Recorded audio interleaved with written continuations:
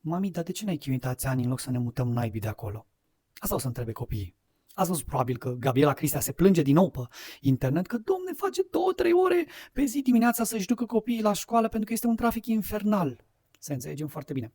Prima, Gabriela Cristea nu se plânge de chestia asta acum pentru că au început lucrări la metrou și acum este un pic de aglomerație acolo. Nu, ea se plânge de ani de zile de faza asta, deci nu e o chestie nouă. 2. Gabriela Cristea are un coteț de autobuz de 60-80 de mii de euro, ceva GLC, cupe, GLE, cupe. Bărbasul are tot ceva coteț asemănător. Oamenii ăștia tocmai și-au cumpărat o casă în Italia.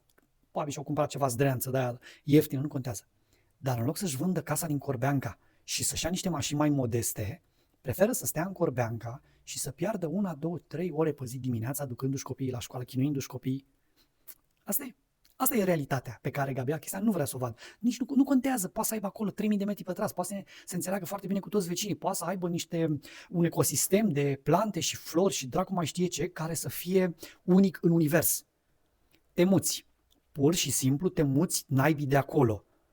Ca să nu-ți mai chinui copiii. Dar tu nu vrei să faci asta, tu vrei să chinui copiii și să primești like-uri. Asta este. Asta e ce se întâmplă aici. Soluții există tot timpul. V-am zis, deci 100.000 pe mașini plus, plus una alta, te muți naibii de acolo. Dacă e așa important. Dacă nu, rămâi acolo, nici problemă.